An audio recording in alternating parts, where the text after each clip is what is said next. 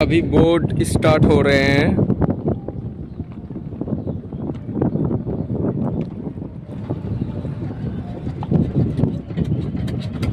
बस हो गया, चलो सीधे चलो।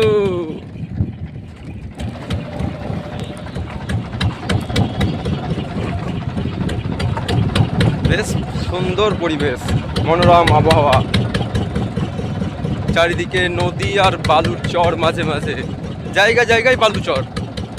এত ভালো লাগছে দেখতে, না আসলে বলে বোঝানোর মতো, মানে ভাষাই পাচ্ছি না। আর ওই বহুত দূর, ওই দূরে গ্রাম আছে, যে গ্রাম থেকে আসতে এই বোটে আসে, তাতেই ঘন্টা দুয়েক সময় লেগে যায়।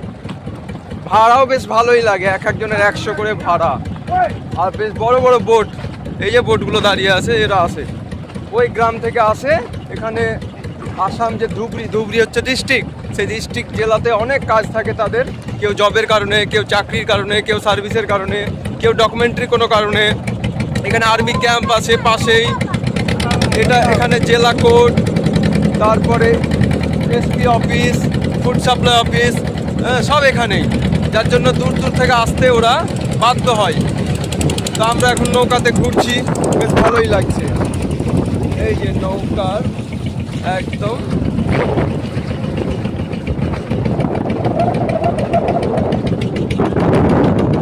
পানি চারি সাইডে। আমরা একটা দ্বীপে উঠেছিলাম, খুব মজা করলাম, এখন ফেরত যাচ্ছি, রিটার্ন যাচ্ছি।